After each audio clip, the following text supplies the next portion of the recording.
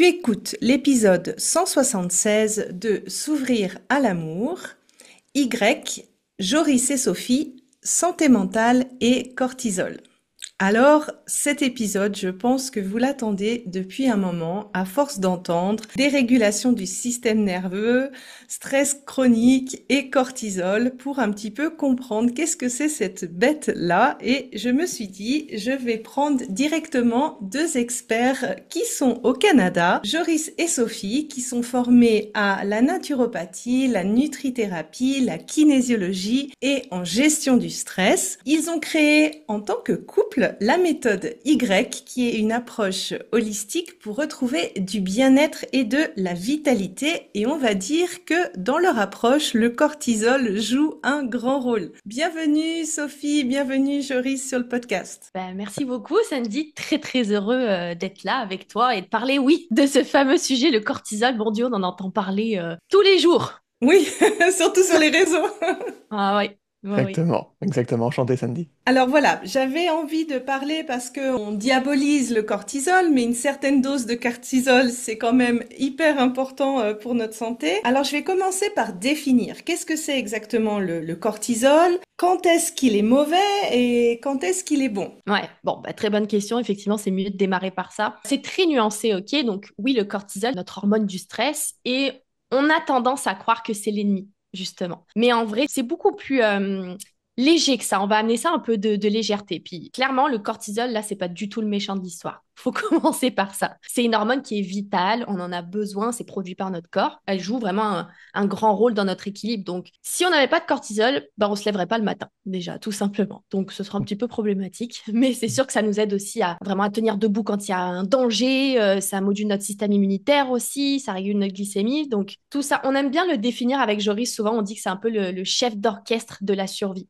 Donc, c'est pas que le cortisol est l'ennemi, c'est vraiment c'est plus notre mode de vie, on va dire, qui peut être problématique. Je rebondis sur ce que Sophie partage. Exactement, le cortisol, c'est pas lui-même le problème, c'est quand il est activé trop souvent, quand il est activé trop longtemps et sans Mm. jamais justement redescendre. Et là, on bascule justement dans un autre mode qu'on appelle le mode survie. Et encore une fois, on en a besoin, mais on va dire qu'à un moment donné, c'est ce cortisol qui reste actif tout le temps, il va devenir un peu comme une alarme. Et une alarme qui reste bloquée sur on. Donc dans les bureaux, quand ça sonne, les alarmes nous avaient mal aux oreilles. Mais imagine que cette alarme, elle reste longtemps, ça nous aide pas, ça nous épuise. Et petit à petit, on reste coincé dans ce boucle-là. Donc c'est une hormone naturelle. Le corps en a besoin, comme disait Sophie, mais à un moment donné, il faut juste comprendre son rôle et comment elle est déclenchée. Oui, puis j'aime bien l'exemple que tu dis de l'alarme parce que une alarme quand elle agit une fois, quand il y a un vrai danger, un vrai problème, ça nous sert. Mais si l'alarme dure tout le temps et que c'est toujours en mode off, c'est là où les premiers soucis arrivent. C'est Alors, ça. quelqu'un qui a ce sentiment de dire ouais, j'ai quand même l'impression que je suis souvent sous stress, que ça se chronicise, comment est-ce que vous décririez les cas où il faut faire quelque chose?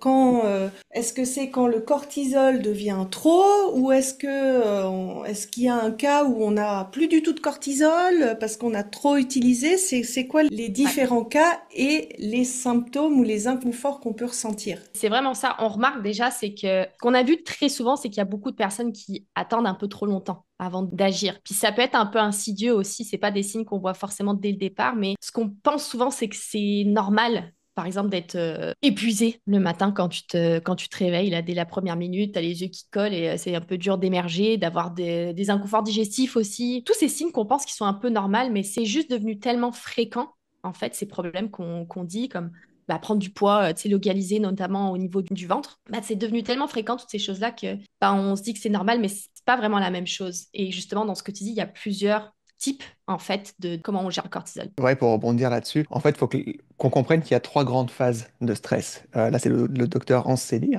le père de la recherche sur le stress, ce monsieur et ce docteur, justement, qui expliquait qu'il y avait trois grandes phases. Et en fonction des phases, ça fait qu'il y a un milieu hormonal qui va être différent. Il y a la phase d'alarme, on parlait d'alarme incendie, c'est lorsqu'on doit réagir face à un danger ou mobiliser de l'énergie. Elle est essentielle. Sauf qu'à un moment donné, dans un rythme de vie, de métro, boulot, dodo, enfin, le quotidien dans lequel on est pris, fait qu'on va tomber dans une phase d'alarme qui va persister. Et on tombe dans la deuxième phase, qui est une phase justement de résistance. On parlait de survie, c'est plutôt le cortisol qui va prédominer dans cette phase-là. Donc là, comment ça peut se passer? Soit tu commences avec, tu te réveilles le matin, puis c'est parti, t'es à fond toute la journée, puis à la fin de la journée, grande chute, puis le moment que tu aimerais prendre pour toi parce que tu as donné toute ta journée à ce moment-là, bah, tu n'as plus rien. Tu as envie d'aller dormir, tu as envie de récupérer, mais tu veux pas aller dormir. Tu dis, je vais prendre un petit moment pour moi. Donc tu repousses, puis petit à petit, on va tenir ce mode résistance pendant un certain nombre de temps, d'années peut-être pour certaines personnes. Et si on n'écoute pas tous les signaux qu'on va parler un petit peu juste après, bah, ça peut nous amener à la dernière phase, qui est la phase d'effondrement, la phase 3 en fait, ou d'épuisement. Les personnes qui en arrivent là le savent réellement, parce que le cortisol ne répond plus techniquement, ou le corps ne réagit plus à son signal. Et là, c'est vraiment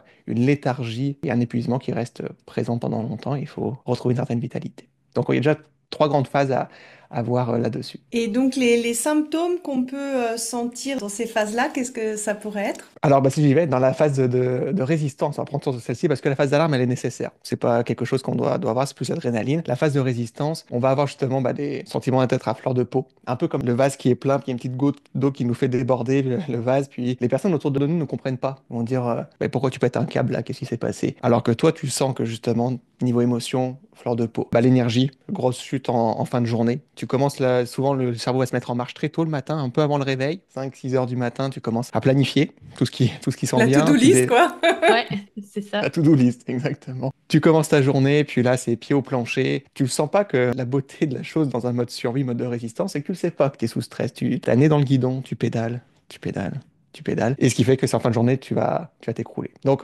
principaux, ces signes-là, justement, sont à prendre en compte. Tu as des réveils nocturnes, 2 heures, 3 heures du matin. Tu peux avoir rétention d'eau, tu vas voir justement, Sophie parlait que le corps va commencer à se préparer aussi, donc stocker des graisses principalement autour de la taille, au niveau du nombril, parce que le cortisol a des sensibilités avec ces cellules-là. Donc ça nous met dans un rythme où on s'essouffle, on s'épuise, il y a des signaux qui s'allument, mais on n'est pas on n'arrive pas à prendre conscience, parce qu'il faut avancer. Donc ça, c'est typique de la phase de 3, d'épuisement, d'effondrement. Bah là, justement, on a beau dormir 8 heures, 10 heures, tu réveilles le matin, tu as l'impression qu'il n'y a rien qui a été rechargé. Un peu comme les anciens téléphones, tu sais, Sophie, on utilise ça comme image. Des vieux téléphones qu'on garde, qu'on branche toute la nuit. Le matin, on les reprend, c'est chargé à 50%, tu utilises Ouais. une application, ça a drainé. Bah c'est ça. Donc là, tu n'as même plus de joie de vivre, plus d'enthousiasme, tu as des difficultés à... Sensation de vide, en fait. Mhm. Du Sensation de brouillard vide. mental. Et du coup, est-ce qu'on a un moyen de tester ça? Oui, oui, on peut le tester. Alors, de ce qu'on voit beaucoup, alors si tu te sens par exemple que tu es tout le temps fatigué, stressé ou irritable, un peu les signes qu'on vient de donner juste avant, puis que tu as fait la classique, on va l'appeler, la prise de sang assez standard pour le cortisol, bah, il y a de fortes chances qu'on te dise tout va bien. C'est un peu ça le problème parce que un seul dosage sanguin, c'est comme si tu disais que tu as regardé un film et tu que vu l'affiche. Tu pas toute l'histoire autour, tu pas regardé tout le film. Parce que le cortisol, c'est une hormone qui est cyclique. Donc, ce qu'on veut vraiment observer, c'est la courbe du cortisol. Joris, quand il parlait, bah, le matin, oui, ta courbe, faut ton cortisol, il doit monter, puis il doit descendre progressivement au fil de ta journée. Bah, c'est ça la courbe du cortisol. On l'observe sur 24 heures. Donc, c'est pas un moment de la journée qu'on veut mesurer le cortisol, ça fait pas vraiment de sens. Donc, on le précise parce qu'il y en a énormément de personnes qui font la prise de sang pour ça, mais c'est pas le meilleur test à faire. Comme on disait, normalement, ton cortisol, il doit être haut le matin pour te réveiller, encore une fois, avoir de l'énergie, puis il doit descendre progressivement dans ta journée pour te remettre dans le calme, pour que à la fin, bah, tu puisses dormir. En fait, c'est ça qu'on veut. Et dans la réalité, bah, selon la phase dans laquelle on se trouve, soit en résistance, bah, tu as une courbe qui va être plutôt inversée d'une courbe normale de cortisol, soit tu es plus dans la phase d'effondrement, comme on disait. Et là, c'est plus plat là, toute la journée. Là, Donc, du début jusqu'à la fin, quoi. il n'y a plus rien. Là. Tu ne peux plus faire grand-chose dans ta journée. Donc, juste une précision sur la prise de sang, parce qu'on sait qu'il y a énormément de personnes qui le font. Oui, après, tu sais, il peut y avoir un... Ça peut te le dire aussi, mais c'est vraiment pas ce qu'on recommande. Vraiment pas. Mais il y a d'autres manières de le faire, Joris. Oui, exactement, parce qu'on va le voir, une prise de sang donne un instant T, à une vitesse du cortisol à ce moment-là de ce qui se passe. Mais les autres options, comme parlait Sophie sur les 24 heures, bah, les tests salivaires, nous c'est ce qu'on aime mieux proposer avec nos clientes, les tests salivaires, les tests urinaires ou le Dutch test aussi, qui a un profil hormonal au complet, mais c'est très intéressant parce que ça va nous donner beaucoup plus d'indications sur la courbe de ton cortisol. Le matin, tu peux être bien, surtout en phase de résistance, tu vas être bien à 7-8 heures où le cortisol est au plus haut. Oh, je suis entre les normes. Ouais, mais si je suis à 14 heures au même taux qu'à 8 heures du matin, et pareil à 16 heures, c'est sûr que ça marche pas. Donc, on préfère ouais, test urinaire et test salivaire. C'est ça. Après, ce qu'on aime toujours dire, évidemment, c'est que, tu sais, si, mettons, t'as pas l'occasion de faire ces tests-là, bah écoute ton corps, en fait. Écoute ton corps, écoute tous les signaux qui te disent, parce que le nombre de personnes qu'on voit qui nous disent, bah, je comprends pas, tout est beau, on me dit que c'est merveilleux, mais, mais je suis épuisée, puis j'arrive pas à rien faire dans ma vie. Donc, à la fin, je pense que c'est plus d'apprendre à renouer avec tous ces signes que notre corps, il nous envoie. C'est la meilleure stratégie, parce que à la fin, bah, t'apprends aussi à t'écouter, toi. Oui, oui, bah tu prêches à une convaincue quand on parle de dérégulation du système système nerveux, c'est vraiment ce réapprentissage d'être dans l'écoute de ses sensations et puis d'agir avant que ces dérégulations soient trop fortes, trop chroniques. Pourquoi ça a un impact sur la santé mentale, ce cortisol? Justement, il y a une phrase qu'on entend très souvent d'ailleurs, c'est quand ça fait longtemps qu'elles sont avec le cortisol, quand c'est ton colocataire dans ta vie, on entend souvent dire ah, je comprends pas, avant j'étais joyeuse, j'étais organisée, j'avais de l'énergie, puis là je me reconnais plus. On entend souvent cette phrase et justement, c'est parce que ça vient pas te changer toi, toute ta personne, mais ça va jouer avec toute ta chimie en fait. Donc d'un coup, tu es trop sensible, d'un coup, on va te dire que tu es trop émotive, d'un coup, on va te dire que tu es trop fragile, et puis après, ça joue sur ta confiance, etc., etc. Mais en réalité, c'est biologique derrière ça. Oui, parce que ça dit, tu parles du système nerveux, mais le grand commandant des cascades hormonales part aussi de notre système nerveux. Mais les deux ont un lien direct, c'est une communication. Puis quand on a un qui est déréglé, ça dérègle justement aussi notre mental, notre humeur, comme disait partager Sophie, notre comportement aussi. Mm. Et en fait, ça va augmenter un cortisol. Si on parle d'un mode survie, d'un mode résistance qu'on a besoin, encore une fois, c'est que ça va nous augmenter notre hypervigilance, déjà. On parlait du mode alerte. Donc, il faut toujours qu'est-ce qui peut mal se passer et qui peut arriver. Donc, les scénarios sont pris dans cette direction-là. Ça diminue la sérotonine. La sérotonine, qu'on entend beaucoup parler comme qui nous fait sentir bien, confiant, bonheur, en fait, de manière générale. Si le stress, le cortisol est un voleur de sérotonine ou des précurseurs de la sérotonine, j'ai plus tendance à devenir irritable, plus tendance à ruminer, moins de gaieté, justement, dans mon quotidien. Donc, on voit qu'il y a un enjeu sur les neurotransmetteurs par rapport au système nerveux. Ça peut nous emmener à épuiser aussi parce qu'il y a une cascade hormonale d'hippocampe, d'hypothalamus, hypophyse, etc. Donc, ce qui est fou, c'est que là, pour le problématique, je pense, c'est qu'aujourd'hui, on ne le voit pas, ça ne se matérialise pas. Le système nerveux sympathique, parasympathique, ça ne se matérialise pas. Donc, on a l'impression, comme on ne le comprend pas, que c'est autre chose. On a du mal à s'élucider, j'ai l'impression. Et ce qui fait que quand on va voir un autre professionnel de la santé, quand on fait de l'insomnie, on nous dit, non, c'est l'âge, ou chez les femmes, ça va être c'est la préménopause, c'est vos hormones, c'est la vie. On va prendre un antidépresseur, ça va stabiliser. Non, il y a un système nerveux qui est en alerte rouge, qui est nourri par aussi un milieu hormonal qui maintient cette alerte. Ouais, on va parler d'ailleurs du sommeil dans l'épisode suivant pour ceux que ça intéresse parce que c'est vraiment pour moi c'est le but vraiment de cette série, c'est d'expliquer que nous sommes des êtres chimiques. C'est-à-dire que quand quelque chose se passe au niveau de notre santé mentale, pour moi à ce niveau-là qu'il faut déjà aller voir si à la base il n'y a pas je dis pas des petites brindilles, mais les gros tronçons que sont le sommeil, que sont cette gestion de cette hormone de stress du corps l'alimentation, le mouvement, parce que c'est ça les vrais piliers de notre chimie intérieure. Et peut-être, je ne sais pas si vous avez envie de parler du sujet de cette inflammation qui va même jusqu'au cerveau, puis qui entraîne ce brouillard mental ou Oui, comment oui, on peut aller dessus. Il y a tout un contexte, parce que c'est tout un milieu hormonal. Il y a aussi le contexte inflammatoire, mais l'inflammation favorise du stress également. Puis on sait, on peut rentrer dans d'autres hormones également. Il y a aussi l'insuline qui joue un grand rôle clé là-dessus, qui va apporter, qui va faire rentrer de l'énergie dans certaines cellules. Et aussi au niveau du cerveau. Mais le cortisol a aussi un impact sur la glycémie, donc sur la relation avec l'insuline. Donc il y a tout un cocktail qui peut être très explosif entre le système nerveux, entre le stress qu'on parle, le cortisol, et le contexte inflammatoire qui va à ce moment-là perturber toutes des relations biochimiques. C'est ça que tu mets en avant, Sandy, parce que c'est totalement vrai. À un moment donné, quand on peut se sentir vide, quand on peut se sentir plus déprimé, quand on n'a plus envie de voir personne, par exemple, là, on va parler plus de la phase 3, d'épuisement, d'effondrement, où tu doutes de toi, tu perds confiance, tu procrastines à travers tout. C'est pas que toi qui as changé, c'est juste que ton corps actuellement n'a plus les ressources, j'ai envie de dire, pour faire fonctionner ton cerveau comme avant, à rallumer l'étincelle. Mais après, il faut aussi porter de la bienveillance. Ton corps et ton système nerveux veut juste ton bien.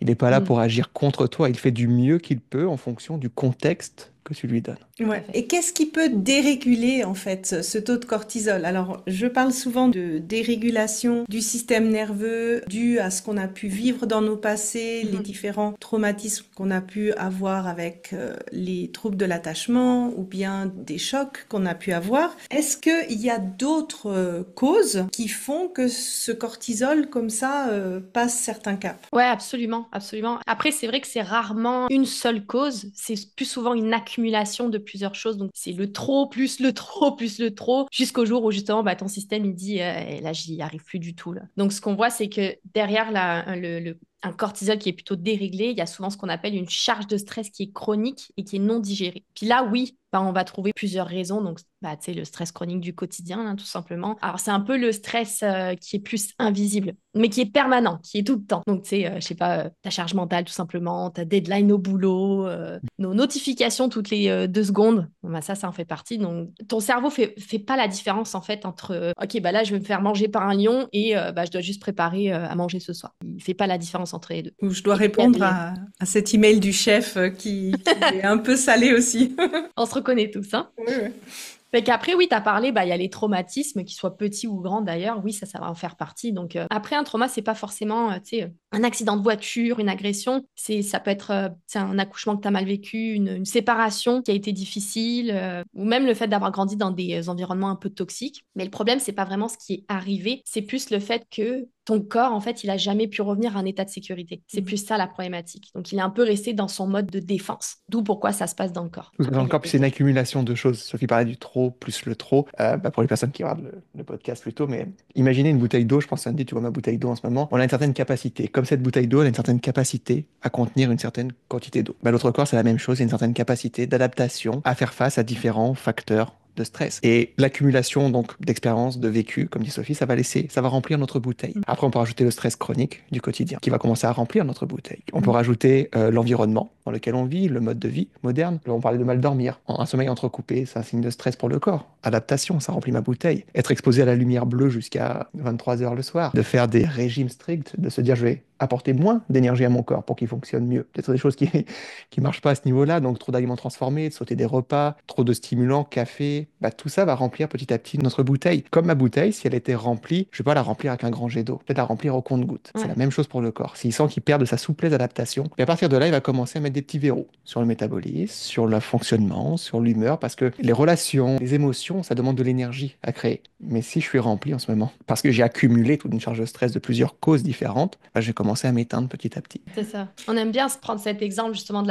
la bouteille d'eau et pourquoi on dit que c'est pas juste un facteur, c'est parce que c'est une accumulation qui finit par se remplir, se remplir. On parlait de l'environnement, mais tu sais, les produits qu'on va utiliser, qu'on va se mettre sur la peau, ça en fait partie aussi. Fait que juste comme ça, si on le prend individuellement, c'est rien, mais accumulé avec toutes les autres choses qu'on fait au quotidien, là, ça commence à être beaucoup en fait. On a trop accumulé. Et bien sûr, on n'a pas parlé, mais il y a les changements hormonaux, là. Ça en fait partie aussi. Par exemple, la périménopause, quand tu es dans cette phase-là, la première hormone qui va chuter, c'est ta progestérone. Et c'est elle, en fait, qui joue le rôle de frein, un petit peu, si tu veux, sur le cortisol. Donc, quand elle disparaît, parce que c'est là que tu en es rendu dans ta vie, le cortisol, il a plus de régulation, tu deviens plus sensible au stress, ton corps, il va tomber plus en hypervigilance. Donc, c'est pour ça qu'il y a beaucoup de femmes, par exemple, qui disent « Ah, avant, je gérais super bien, mais maintenant, je craque pour un rien. » Mais encore une fois, c'est dans notre corps, c'est biologique. Tous ces facteurs font que, oui, effectivement, on en a un peu trop de cortisol. Pour apporter un peu des pistes aux personnes qui vont écouter, justement, ce qu'on aime bien faire de notre côté avec les clientes, c'est de mettre tout à plat. Parce qu'on a listé plusieurs causes possibles. Il n'y a pas une seule cause. C'est prendre conscience de l'environnement dans lequel tu vis. Sophie parlait des produits cosmétiques. Prendre conscience de ton alimentation. Prends conscience de ton activité, de l'air que tu respires. Prends conscience de ton histoire, ton vécu. Quel est l'éléphant rose peut-être que tu n'as jamais adressé, mais qui est là, au fond de la pièce et qui te draine. Mets tout ça à plat. Prends un moment pour soi, pour le faire déjà. Pour se dire, OK, qu'est-ce qui peut aujourd'hui remplir ma bouteille de stress et qui fait que mon corps est en train de se protéger. Parce que tu pourras pas tout aborder en même temps. Puis ça, c'est un gros truc qu'on voit d'ailleurs. Oh mon Dieu, mais par quoi je commence? Parce que oui, je dors mal, puis il faut que je perde du poids, puis il faut que... Non, c'est d'en prendre conscience en fait de tous les facteurs qu'il peut y avoir et parfois on agit sur ce sur quoi on peut agir. Donc parfois ça peut être juste un seul truc. C'est comme concentre-toi juste sur ton sommeil par exemple. Commence par ça. C'est un très très très bon début. Oui, moi je parle de la baignoire émotionnelle, donc on n'est pas très loin avec la bouteille et c'est justement en fait, c'était vraiment le but de ces épisodes de parler des gros troncs, Ouais. parce que quand on commence à voir que le corps commence à fonctionner au compte-gouttes, c'est qu'il nous dit là attention stop. T'as parlé de la périménopause, moi je suis en plein dedans et je peux vraiment témoigner que j'ai senti comme un switch dans mon corps où je me sens un peu plus sous tension. En fait, je sens qu'il est plus là et je dois vraiment, j'ai l'impression d'être un peu la mamie. J'ai consciemment arrêté de faire des choses qui produisaient, qui activaient, qui stressaient plus mon corps. Donc typiquement le sport intensif, je faisais des douches froides. J'ai un peu dû dire ah non, je crois que c'est pas très bon. Vous avez parlé des régimes et est-ce qu'il y a d'autres choses comme ça qu'on doit arrêter de faire quand on sent qu'on est un peu dans la pente cortisoleuse, ou je sais pas comment on pourrait le dire. Oui, déjà, tu as parlé de très bons exemples. C'est intéressant comment tu le vis aussi, parce que oui, un bain froid. On voit plein de choses sur les réseaux en ce moment avec les superbes routines matinales. Oui, mais dans quel cas mon corps est capable d'accueillir ceci en ce moment? Les douches Mhm. froides, tu parlais de... En fait, tout ce qui est régime strict, même des périodes de jeûne, à ce moment-là, dans une phase de résistance ou une phase d'épuisement, c'est peut-être pas ça la meilleure chose. Jeûne intermittent. Oui, il y a plein de choses qui sont bonnes pour la science. On sait que les périodes de jeûne vont aider dans le renouvellement cellulaire, ce qu'on appelle aussi l'autophagie. Mais à ce moment-là de ta vie, si tu es en phase 2, phase 3, ben, un jeûne intermittent mal placé va te créer une hypoglycémie qui peut augmenter ton stress, qui peut augmenter ton cortisol, puis un état inflammatoire, et on reprend une boucle Mhm. que tu entretiens. Tout ce qui est régime, évidemment. Le sport intensif, les hits. Je dis, ok, je me donnais à fond parce que on m'a dit qu'il fallait plus bouger. Au lieu de bouger plutôt avec bienveillance et douceur avec son corps, on va le pousser dans un extrême que le corps va encore se dire, mais je me bats contre combien de lions en ce moment? Ouais, c'est ça. Ils sont tous sur moi, quoi. Tout à fait. Exact. En fait, la question à se poser, c'est est-ce que ce que je vais mettre en place, ça va rajouter du stress sur mon corps? C'est vraiment ça la question. Quand on a déjà la bouteille qui est en train de déborder, ben, on peut pas s'en rajouter. Donc, les exemples qu'on donne, effectivement, ben, c'est toutes des choses que tu peux voir sur les réseaux qu'on te dit, ah ben, c'est bon pour la santé. Oui, mais en réalité, c'est un stress pour ton corps. Donc, le jeûne intermittent, quand on en parle, oui, c'est génial sur sur le fond, c'est génial, mais pour certaines personnes, non, ça peut être une très mauvaise idée. Tu parlais des hits, par exemple, des sports trop intenses, bah, c'est un stress sur notre corps, encore une fois. Et lui, il ne fait pas la différence dans tout ce qu'on fait. Le multitasking permanent qu'on fait dans toute notre journée aussi, ça, c'est jamais de repos pour toi. Donc, ça aussi, ça en fait partie. En fait, à vouloir tout gérer, et on doit, même dans la performance de la relaxation, de la méditation, ça Oui, peut être voilà. très bon, mais si Mm. je me mets de la performance pour aller, il faut que je fasse 10 minutes. Vraiment, allez, je me mets 10 minutes. Au bout de 5 minutes, on peut déjà plus, tu as déjà plein de pensées qui arrivent. Je tiens encore un autre 5 minutes. Bah, est-ce que c'est la bonne chose? Je pense qu'aujourd'hui, ce qu'il faut se poser comme question, c'est est-ce que je suis en train de gérer ou est-ce que j'essaye de ressentir? Et je pense qu'à ce moment-là, il faut justement lâcher un peu le point, relâcher là-dessus. Et ça, à partir de là, on va débloquer sur des émotions, on va débloquer du stress emmagasiné. Ouais, de pas se forcer. Le corps est déjà encore il n'est pas en état de sécurité. Donc, je pense que les erreurs qu'on fait, c'est qu'on fait des choses à fond d'un coup, on lui retire, on refait, on retire. Et petit à Mm. petit, bah, le corps il perd ses marques, Ouais. faire Ouais. pivoter les habitudes. Je vois vraiment en fait cette course à la performance, même dans les me-time, même dans les Mm. phases de repos, il faut occuper son temps. C'est Attention, il ça. faut pas en perdre. Et c'est vrai que le corps est fait pour des phases de performance et des phases de repos. Il y a même les sportifs, ils disent je prépare ma course quand je me repose en fait. Donc ça paraît contre-productif. C'est vrai qu'on nous vend autre chose et apprendre à mettre ce stop pour se dire, attends, ok, si mon corps me dit ça, si ma bouteille elle est pleine à ras-bord, en effet, je pense pas que ça soit vraiment utile et c'est du bon sens ce que vous dites.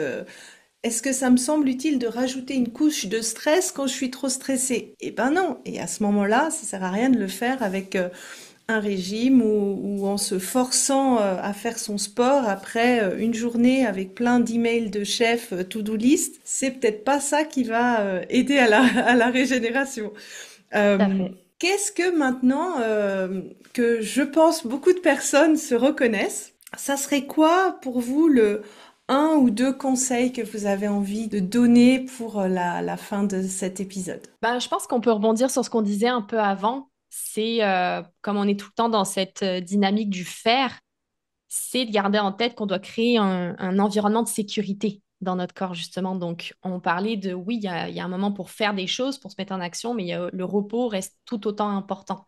Donc, dans cet état de sécurité, notre corps, il a besoin un petit peu de cohérence et de prévisibilité dans les choses. Donc, tu sais, des choses assez simples, en fait, comme te lever puis te coucher à la même heure.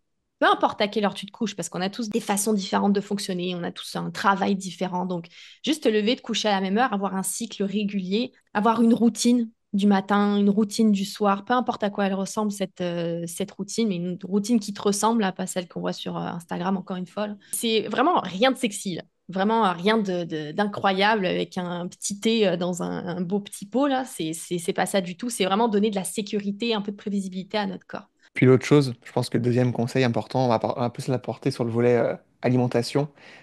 C'est un point important qui va venir nourrir notre corps, qui va permettre aussi de stabiliser et réguler aussi le cortisol. L'alimentation, c'est un gros morceau. Il y a aussi des bases, mais l'alimentation, il faut le voir pas comme pour faire un régime, mais toujours, est-ce que j'apporte des choses dans le but de soutenir mon corps? Et si on parle de ces hormones, on parle d'hormones sexuelles par exemple, on parle du cortisol, tout ça est fabriqué mais ça doit être aussi éliminé par le corps pour qu'il y ait un juste milieu, il y a un équilibre qui doit se trouver. Et pour être éliminé, il y a des organes clés qui jouent ce rôle-là. Il y a notre foie, par exemple. Donc notre foie, il a des besoins particuliers. Ça ne veut pas dire de faire des détox et tout, au contraire, des fois ça peut être plus l'épuiser, mais il faut juste voir est-ce que mon corps a le personnel, les ressources. Donc est-ce que des astuces, encore une fois, il n'y a pas d'aliments et de produits magiques, mais il faut juste se dire, mon foie, il aime beaucoup les aliments amers, donc tout ce qui est amertume. Est-ce que j'ai dans ma journée, aujourd'hui, la présence d'aliments amers, ça soit je sais pas, la roquette, l'artichaut, d'autres types qui ont cette vertu-là pour soutenir mon foie. Tu parlais un petit peu plus tôt, Sandy, de périménopause. Bah aussi, à voir qu'au niveau hormonal, il y a un relais qui va se prendre lorsque chez la femme, les ovaires produisent de moins en moins d'hormones. Le premier relais que le corps va venir chercher, c'est les glandes surrénales. Et les glandes surrénales, ce sont elles qui produisent nos hormones de stress. Mais si celles-ci, par notre rythme de vie, par ce qu'on a vécu dans le passé, c'est comme si elles avaient couru 3 marathons, elles vont dire non, je suis pas sûr que je peux prendre le relais, laisse-moi un petit peu de repos. Donc là, le corps va essayer d'opérer d'autres relais. Alors la graisse en est un aussi également qui peut produire de l'oestrogène. Donc là, le point est comment je peux pouvoir dans mon alimentation que je peux apporter des choses pour soutenir mes glandes surrénales. Il y a des aliments plus spécifiques, des aliments riches en vitamine C. La vitamine C va avoir un grand rôle important pour soutenir les glandes surrénales. Ça va être des bons gras aussi. Donc je pense qu'au niveau alimentaire, le conseil, c'est de voir est-ce que j'ai des aliments amers pour soutenir mon foie? Est-ce que j'ai des aliments riches en vitamine C? Est-ce que j'ai des aliments des bons lipides que je pourrais composer dans mes assiettes avec une bonne source de protéines à chacun de mes repas. Puis ça rejoint le point que Sophie parlait un petit peu plus tôt. Ça va apporter un état de sécurité au corps parce que je lui apporte le personnel nécessaire pour qu'il fonctionne. Ouais, super important. L'alimentation, c'est aussi un sujet qu'on va aborder parce que ça a aussi pour moi aussi un énorme impact sur la santé mentale et pas que sur le cortisol. Je pense que vous êtes aussi d'accord. Un mot de la fin pour cet épisode? C'est notre discours de tous les jours, c'est de se prioriser. Priorisez-vous, reconnectez avec ce que votre corps il est en train de vous dire parce qu'il vous parle tellement. En fait, au quotidien, il vous dit tellement de choses. C'est juste on est anesthésié en fait dans ce qu'on a besoin de comprendre de ce que notre corps il nous dit, de ce qu'on doit ressentir ultimement. Donc, on est très déconnecté de notre corps aujourd'hui. C'est pour ça que souvent on prend action, mais c'est pas la bonne action parce que c'est pas du tout en lien avec ce que notre corps était en train de nous dire. Donc, vraiment, s'il y avait un discours qu'on va pas arrêter de répéter, c'est de vous prioriser, concentrez-vous sur vous. Parce que quand tu te concentres sur toi, ben c'est évidemment toi, tu vas mieux, déjà, c'est certain, mais c'est aussi tes relations qui vont beaucoup mieux. C'est toi qui impacte aussi toutes tes relations. Donc, quand tu te concentres sur toi, de manière très intelligente, justement, ben, c'est toutes tes relations qui vont être beaucoup mieux aussi. Ton corps n'est pas cassé, tes émotions ne sont pas contre toi. Tout ceci est un ensemble de bon sens qui est intelligent et ça agit pour te protéger avant tout. Aujourd'hui, il y a juste besoin, ton corps et tes émotions, de nouveaux signaux, en fait. Pas d'être dominé, pas d'être dans la performance, mais juste d'être compris et d'être écouté. Et c'est ça qu'on veut essayer de transmettre aujourd'hui au système nerveux, par rapport à la santé mentale, c'est qu'il y a tout communique, nos hormones, et que réguler ces alarmes, se comprendre, s'élucider, retrouver une vraie stabilité, pas juste des pics de mieux-être ou des fois de je fais ça pour mettre un pansement sur une jambe de bois. Non, c'est comment je travaille en profondeur sur moi pour me réaligner. Corps, esprit, mais aussi le cœur. Oui, quand tout ça va mieux, bah, le cœur va aussi mieux, je peux que le confirmer. En tout cas, si les personnes ont envie d'en savoir plus sur vous, où est-ce qu'ils peuvent vous trouver? Sur Instagram ou votre site? Quelles sont vos coordonnées? Et ben sur notre compte Instagram, donc Y, Joris et Sophie, vous pouvez nous retrouver là-dessus. On a aussi un groupe privé Facebook qui s'appelle Oser se prioriser que vous pouvez rejoindre.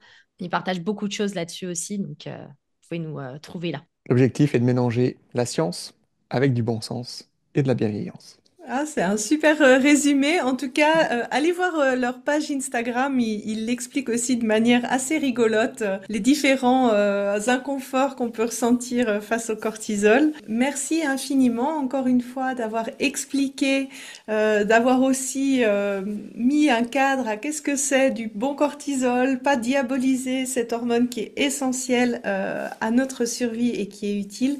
Merci pour votre partage d'expertise aujourd'hui. Avec grand plaisir. Merci à toi, Sandy. Merci beaucoup.